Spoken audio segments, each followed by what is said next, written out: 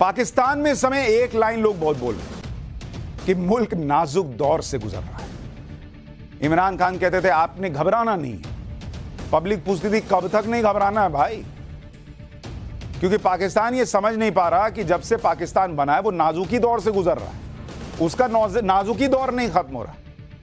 पाकिस्तान के इतिहास में ऐसा कोई दौर नहीं है जब पाकिस्तान ने किसी से कर्जा ना लिया, किसी के आगे हाथ ना फैलाया।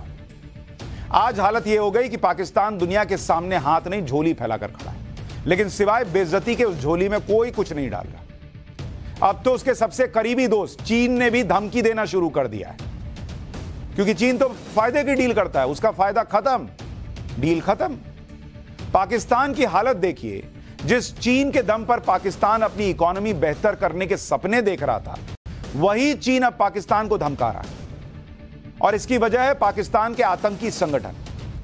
पाकिस्तान के आतंकी संगठन तहरीक तालिबान पाकिस्तान और बलूचिस्तान के आतंकी संगठन लगातार चीन के कर्मचारियों और चाइनीज एम्बेसी पर हमले की धमकी दे रहे हैं। और इसको देखते हुए चीन ने बड़ा फैसला कर लिया। चीन ने इस्लामाबाद में चाइनीज एम्बेसी के काउंसलर सेक्शन को 13 फरवरी से अस्थायी तौर पर बंद कर दिया। इससे पाकिस्तान के नागरिकों को चीन का वीजा लेना मुश्किल हो जाएगा। चीन ने अपने नागरिकों को सलाह दी कि वो पाकिस्तान में रहने के दौरान सतर्क रहें। चीन ने दूतावास का काउंसलर सेक्शन बंद करने के बाद पाकिस्तान को धमकी भी दे दी।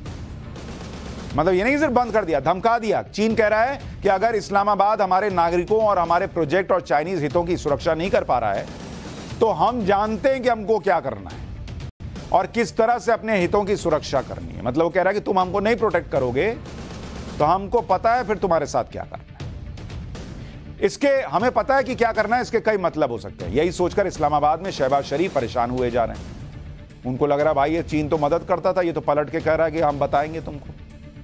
पाकिस्तान चीन के नागरिकों को सुरक्षा नहीं दे पा रहा, वो चीन जिसके कर्ज में पाकिस्तान डूबा हुआ है। तो सोचिए कि पाकिस्तान के अल्पसंख्यकों का क्या हाल होगा। भाई कुछ लोग कहते हैं ना यहां सीए का कानून क्यों बनाया, पाकिस्तान में हिंदुओं को कोई दिक्कत नहीं। अरे भैया वो चीन के नागरिकों को नहीं संभाल पा रहा, उनको नहीं बचा पा रहा जिससे कर्जा लेकर रखा है। हमको तो वो वैसे ही बर्बाद करना चाहता है। पाकिस्तान में हिंदुओं पर हमले सालाना 500 मामले आए हैं सामने, और हर महीने 40 मामले हिंदुओं से भेदभाव के सामने आ रहे हैं। 1000 हिंदुओं का धर्मांतरण हो रहा है सालाना। 2020 के बाद से 11 मंदिर तोड़ दिए गए हैं पाकिस्तान में। पाकिस्तान में अल्पसंख्यकों का यह हाल देखकर सीए का विरोध करने वालों को सोचना चाहिए कि पाकिस्तान के हिंदुओं को अगर भारत शरण नहीं देगा तो कहां जाएंगे। लेकिन फिलहाल तो पाकिस्तान को नहीं समझ में आ रहा कि वो कहां जाए, क्योंकि चीन पाकिस्तान के साथ कुछ भी कर सकता है, क्योंकि पाकिस्तान ने चीन से इतना कर्जा ले रखा है। चीन ने कैसे पाकिस्तान को अपने डेट ट्रैप यानी कर्ज के जाल में फंसाया हुआ है, आपको यह भी सुनना चाहिए। पाकिस्तान पर जो चीन का कर्ज है, चीन से कितना कर्ज लिया पाकिस्तान ने, लगभग $30 बिलियन। $30 बिलियन यानी अगर इसको आप रुपए में कन्वर्ट करें तो 8 लाख करोड़ रुपए पाकिस्तान ने कर्जा लिया हुआ है। किससे? चीन से। तो वो जो चीन कह रहा है कि हमें पता है क्या करना है, वो अभी 2 मिनट में जो है इनकी हालत खराब कर देगा। इनको अभी देश चलाने के लिए जितना कर्जा मिला नहीं IMF से, उससे कितना गुना ज्यादा तो चीन का कर्जा है। और ये पाकिस्तान का जो कुल विदेशी कर्ज है उसका 30% है अकेले चीन से। IMF से भी 3 गुना ज्यादा कर्ज चीन ने पाकिस्तान को दे रखा है। वर्ल्ड बैंक और एशियन डेवलपमेंट बैंक के कुल कर्ज से ज्यादा चीन ने पाकिस्तान को कर्ज दिया हुआ है। जब इतनी रकम उधार दी है तो चीन धमकी तो देगा, उसको पता है ये कहां जाएगा, इसको तो अभी मैं रगड़ूंगा। और धमकी को हकीकत में भी बदल सकता है। अब हाल यह है कि पाकिस्तान 2 तरफ से फंस गया। आप कहेंगे एक तरफ तो चीन है, दूसरी तरफ कौन? वो बताता हूं। चीन पाकिस्तान को धमकी दे रहा है कि वो आतंकी संगठनों पर नकेल कसे, जबकि आतंकी संगठनों पर कार्रवाई से आतंकी संगठन पाकिस्तान से नाराज हो जाएंगे। अफगानिस्तान में तालिबान की वापसी के बाद से पाकिस्तान में आतंकी घटनाएं 56% ऑलरेडी बढ़ चुकी हैं। और ये वही चीन है जो यूनाइटेड नेशंस में आतंकियों को बचाता है, अब जब उसके नागरिक फंसने लगे तो कह रहा है कि अच्छा तुम हमें नहीं बचा सकते, अब हम बताएंगे। अपने पे बात आई तो कैसे देखिए लोग पलटते हैं। दूसरी तरफ एक तरफ आतंकी हैं, पाकिस्तान देख रहा आतंकियों पे कार्रवाई की तो और बम फोड़ेंगे, चीन के नागरिकों को नहीं बचाया तो चीन बम फोड़ेगा। मतलब उसकी हालत जो है वो इधर खाई उधर खाई। आईएमएफ से पाकिस्तान को लोन नहीं मिला है क्योंकि आईएमएफ की शर्तें पूरी नहीं कर रहा वो। आईएमएफ की शर्तें पूरी करने पर महंगाई बढ़ जाएगी, जनता पर बोझ बढ़ेगा, जनता विद्रोह कर सकती है, वो अलग टेंशन। मतलब पाकिस्तान की हालत आगे कुआं पीछे खाई। वो कुछ भी करे, कोई भी फैसला ले, उसकी दुर्गति तय है, इसको कोई नहीं बचा सकता। आपको पाकिस्तान की परमानेंट मुसीबत के बारे में भी बताता हूं। पाकिस्तान की परमानेंट मुसीबत है कर्ज लेना, उधार लेना। आप एक दुकान से कितनी बार उधार लेंगे? एक बार, दो बार, तीन बार, 10 बार। हर बार ये वादा करते हैं कि अगली बार चुका देंगे। जब उधार चुकाने की बारी आती है तो आप रोने लगते हैं, फिर रो रो कर नया उधार ले लेते हैं। लेकिन दुकानदार भी आपको कब तक उधार देगा, कब तक आपके आंसू देखेगा? आखिरकार वो भगा देगा, भाग यहां से। यही हाल पाकिस्तान का है, उसको सब कह रहे भाग यहां से। पाकिस्तान को दिवालिया होने से बचने के लिए आईएमएफ से $1.1 बिलियन का लोन चाहिए। आईएमएफ की टीम पाकिस्तान में 10 दिन रही, लेकिन लोन पर बात बनी नहीं पाई और वापस चली गई। पाकिस्तान के पास $2.9 बिलियन की विदेशी मुद्रा बची है, जिससे सिर्फ अब 16-17 दिन का काम चलेगा। लोन के लिए जो आईएमएफ ने शर्तें रखी है वो पाकिस्तान पूरी नहीं कर पा रहा है। आईएमएफ भी इस बार ये सोचकर बैठा हुआ है कि पाकिस्तान पहले शर्तें पूरी करेगा तभी उधार देंगे, क्योंकि पिछला तो इसने कुछ लौटाया नहीं। अब अगर पाकिस्तान ने आईएमएफ की शर्तें मान ली तो महंगाई दर 26% से बढ़कर 40% हो जाएगी। बिजली के दाम 15 रुपए प्रति यूनिट बढ़ जाएंगे। घरेलू गैस के दाम 112% बढ़ जाएंगे। पेट्रोल डीजल की कीमत 32 रुपए प्रति लीटर बढ़ जाएगी, ऑलरेडी वहां 300 के आसपास है। खाने पीने का सामान और महंगा हो जाएगा। जनता पर नए टैक्स लगाकर 17,000 करोड़ रुपए जमा करने होंगे।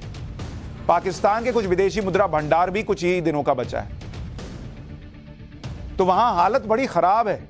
अभी वहां $3 बिलियन का मुद्रा भंडार है, किलो का बिक रहा है। 1 किलो चावल 400 रुपए का, और वो भी कोई बहुत बासमती नहीं बिक रहा, सामान्य चावल। दाल करीब 250 रुपए किलो है, आटा 160 रुपए किलो, दूध 190 रुपए लीटर, 190 रुपए लीटर दूध है। केला 200 रुपए दर्जन का है भाई।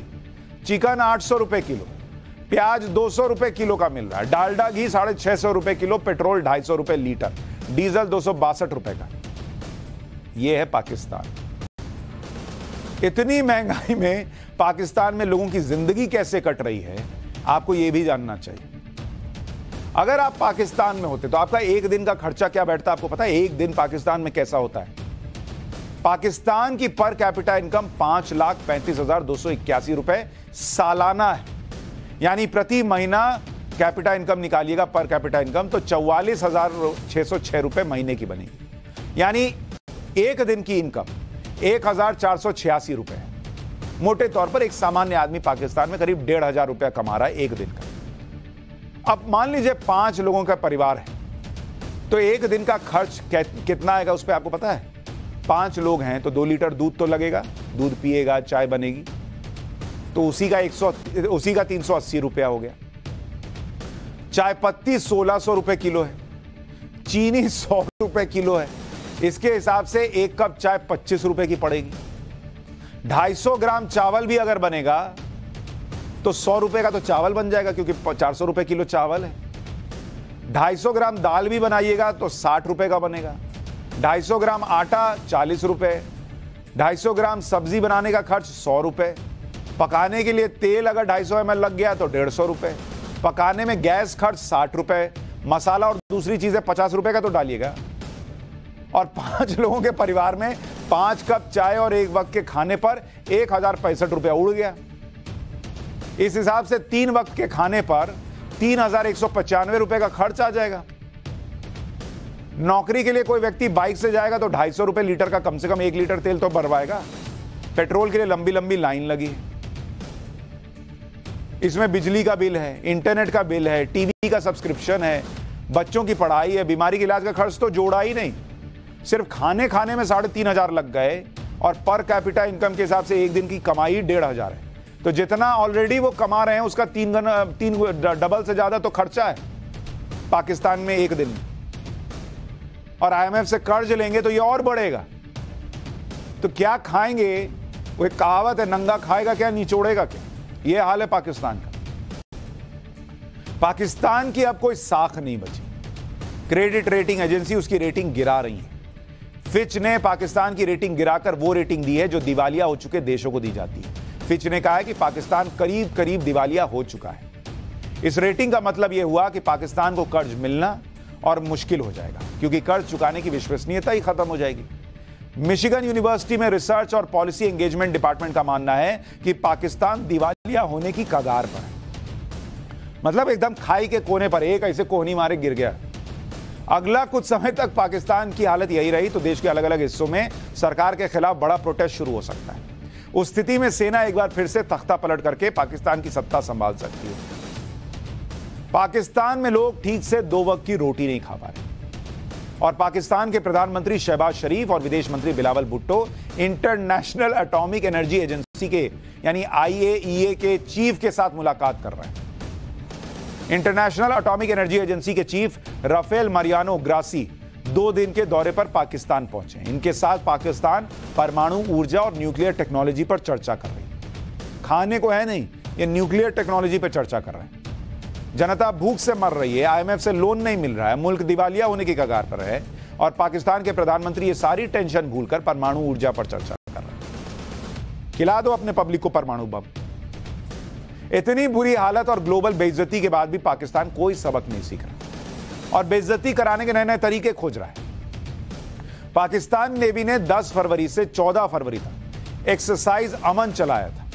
इसके लिए 110 देशों को निमंत्रण भेज दिया भाई लोगों ने कि सब आ जाइए, जिसमें से सिर्फ 50 देश शामिल हैं। उसमें से भी सिर्फ 7 देशों अमेरिका, चीन, जापान, श्रीलंका, इंडोनेशिया, मलेशिया और इटली ने अपने शिप भेजे। बाकी के 43 देशों ने अपने प्रतिनिधियों को भेजकर पल्ला झाड़ लिया कि ठीक है तुमने बुलाया तो जाओ, कोई हमारे यहां से जाए। क्योंकि ये सोच रहा था कि इंडिया में एरो शो हो रहा है, 100 देश आ रहे हैं, हम भी कर लेते हैं। अरे भैया ये इंडिया है, तुम पाकिस्तान हो, अपनी हैसियत तो देखो। पाकिस्तान के बड़े स्क्रिप्ट राइटर, टीवी प्रेजेंटर और सटायरिस्ट हैं अनवर मकसूद। पाकिस्तान के मौजूदा हाल पर अनवर मकसूद ने जो कहा है वो पाकिस्तान की सरकार और नेताओं को सुनना चाहिए और समझना चाहिए कि पाकिस्तान में लोगों की सोच क्या है। मेरा वतन पाकिस्तान नमक पैदा करने वाले मुल्कों में दुनिया पे दूसरे नंबर पे आता है, लेकिन नमक हराम पैदा करने वालों में नंबर 1 है। मेरा वतन पाकिस्तान नमक पैदा करने वाले मुल्कों में दुनिया पे दूसरे नंबर पे आता है, लेकिन नमक हराम पैदा करने वालों में नंबर 1 है।